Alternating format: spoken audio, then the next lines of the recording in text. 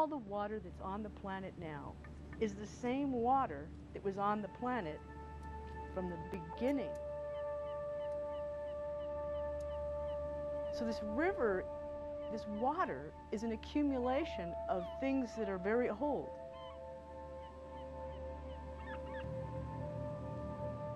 The Columbia River is the life cord of the Pacific Northwest. That's true if you look at it 12,000 years ago or if you look at it today.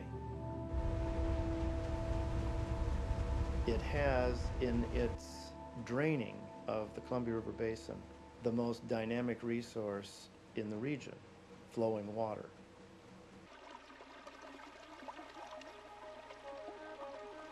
The river is more than just a single main stem course or current. The Columbia River is an enormous funnel that brings the snow-charged smaller streams into larger and larger tributaries, funneling through the Columbia River Gorge to the Pacific.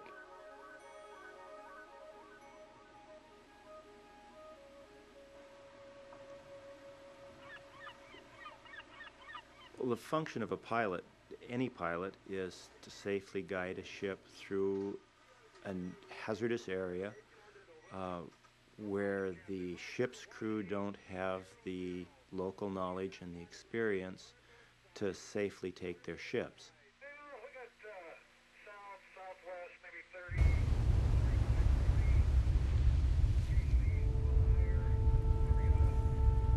30. What makes the Columbia River Bar as notorious as it is the fact that you have a major river, the second largest river in North America, meeting the large ocean swells which are produced by storms coming across the North Pacific. The result is two freight trains crashing into each other as the ocean and the river meet on the bar, and that's exactly where we're taking our ships.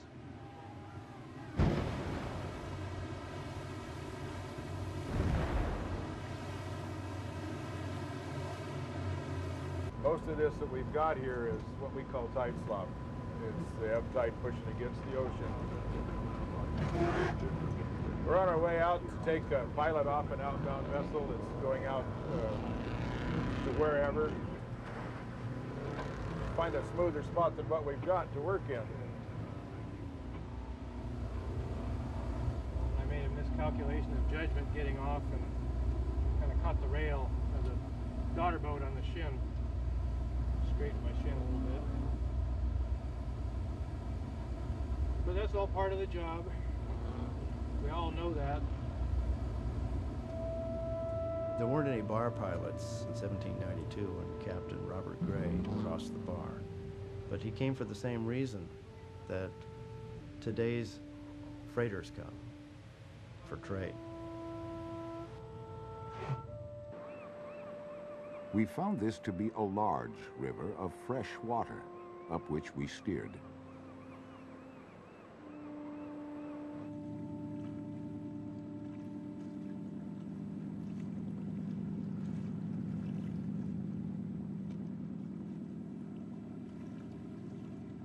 Oh, we're sampling the Young's Bay commercial catch here.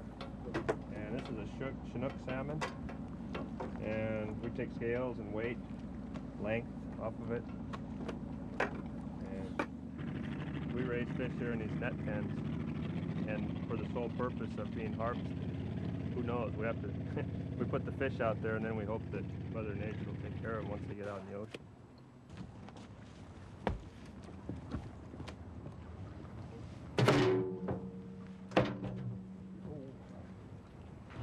Yep, that's all there is. We gotta fight the seals for them.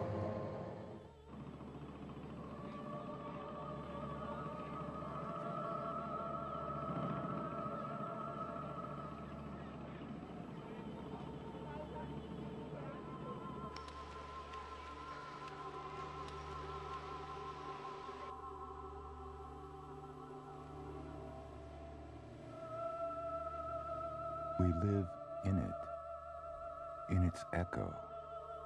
That is the question, and what it asks is a breath, forming its words, there on the opposite century, here on this seamless shore, this abundance.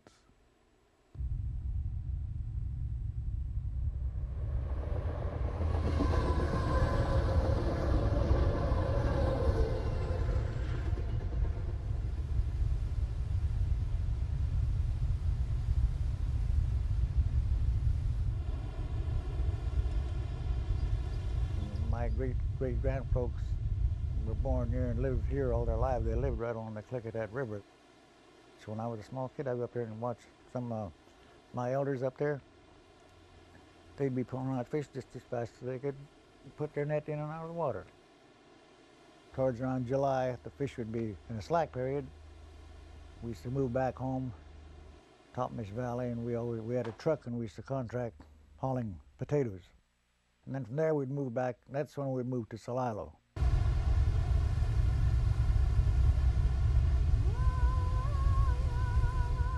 All the tribes from all the different Northwest Territory would come there and do their fishing.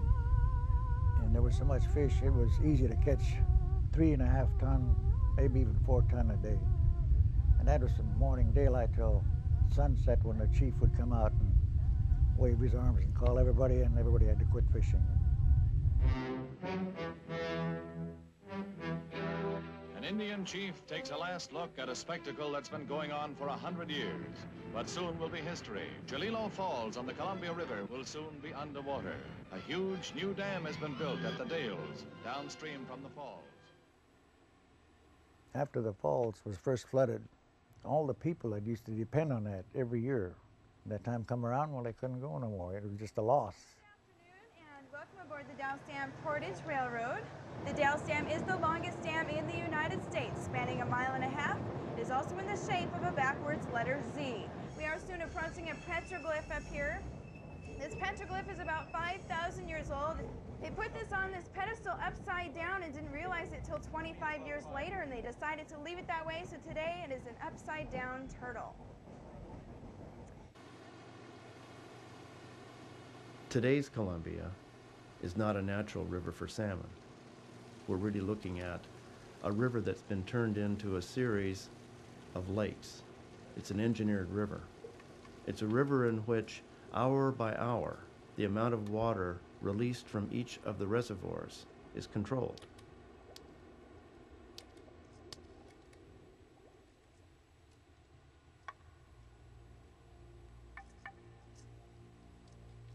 January 10, 1811. Many reflections came to my mind. A new world was, in a manner, before us, and my object was to be at the Pacific Ocean before the month of August. David Thompson was the most traveled of the fur men. By 1812, he had mapped the entire Columbia River, and his maps are so accurate that portions of them are used well into the 1950s. July 3rd. We, in number 8 men with 2 Sampoil Indians, set off on a voyage down the Columbia River to explore this river in order to open out a passage for the interior trade with the Pacific. South 78 east, 1 1/4 miles tied together, covered with mats of slight rushes, a sufficient loose earth and stones, dangerous as the least thing loosens them and they roll with impetuosity to the river.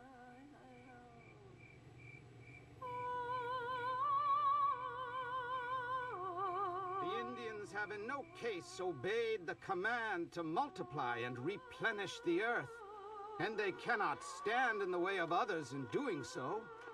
There is probably more danger in going down the River Columbia to Vancouver than the whole journey across the mountains. The question always arose in my mind, can this section of the country ever be inhabited, unless these mountains shall be brought low, and these valleys shall be exalted?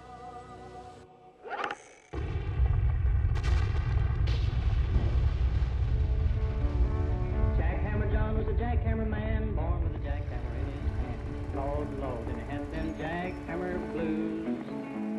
I built your roads and your buildings too, and I'm gonna build a dam or two. Lord, Lord, well, I got them jackhammer blues. Here's a town of a freight. rainfall 7.5 inches. In this town, there were two friends, a newspaper editor and a lawyer, Rufus Woods and William Clapp. Billy Clapp had an idea. There was the Grand Coulee, the dry bed once used by the Columbia, now just an empty chasm. Use it, he told Woods, to store water from the Columbia, push back the river with a dam, and get water power at the same time. His friend said, "Billy, you've got it." To block this river from its deep bed to its highest flood, they had to pour in so much concrete and steel that the dam became the largest structure built by man in all his history.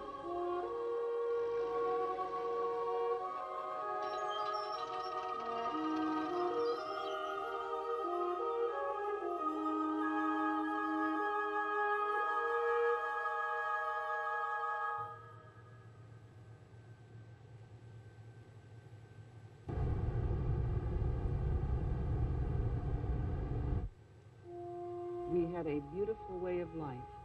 We were rich. The dam made us poor.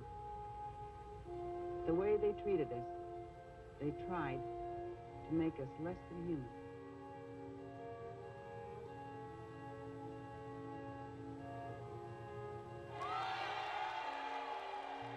Grand Coulee Dam came online in 1941, just before the United States entered World War II.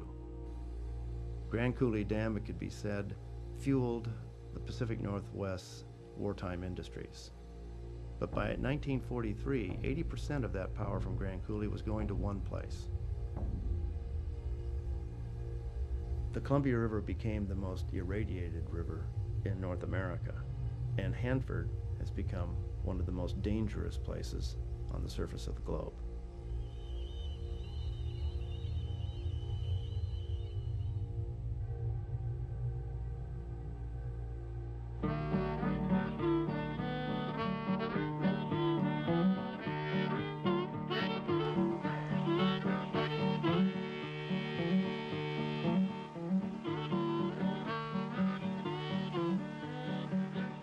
Well, the Columbia River is life to the Columbia Basin area. Without the water, this area is just a desert. People think the American farmer is a person that wears his hat backwards. He gets up in the morning, milks the cows, feeds the chickens, and slops the pigs, and that's a misconception. America wants food cheap. To have food cheap, we have to do things on a grand scale at a very low cost. Where else in the world can you pull in and get a full meal deal for $2.99? Won't happen. California and Arizona, I make all your crops. And it's north up to Oregon to gather your hops. Dig the beets from your ground, cut the grapes from your vine to set on your table your light sparkling wine. Green pastures of plenty, some dry desert ground from the Grand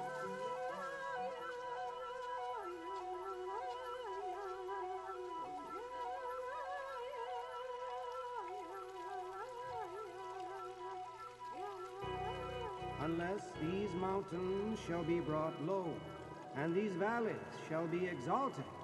And from agriculture, there are chemicals. From industry, there are chemicals. From the Hanford Nuclear Reservation, there are nuclides. We had a beautiful way of life. The dam made us poor.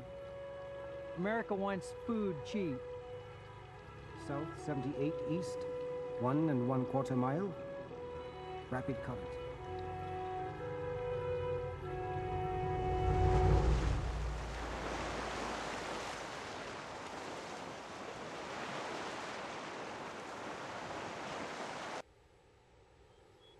This landscape of eastern Washington is truly a product of water.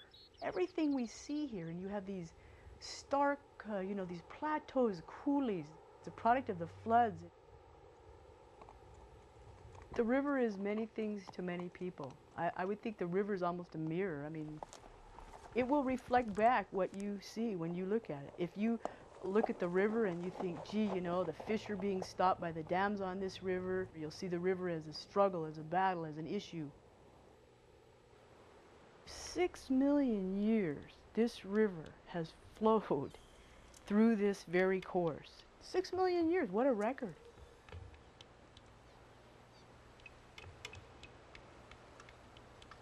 So the Columbia River is in charge. The flood in 1948, the flood in 1964, the flood in 1996. The building of the dams did not end the floods. The building of the dams changed the floods.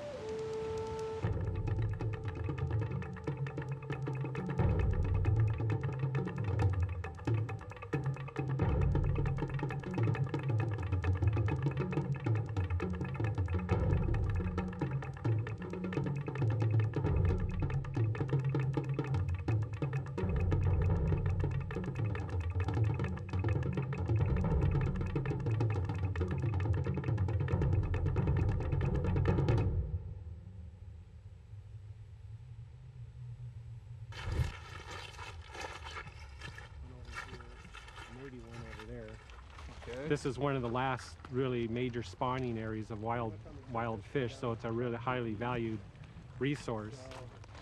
Egg right there. Egg right there. How about that? Several years back, they lowered the water on here during a time when the fish are moving out of the gravel, and it killed a bunch of fish. So as a consequence of that, we went through several years of studies, put a lot of effort into it. We looked at discharge rates from the hydro project, and every year we've been going back and along the bar to document where the spawning sites are. It's an agreement that was made through a whole bunch of agencies and tribes. We live like this. Our breath over the river's edge, reason collecting at the changing waterline, where only a vague mark forms between promise and possibility.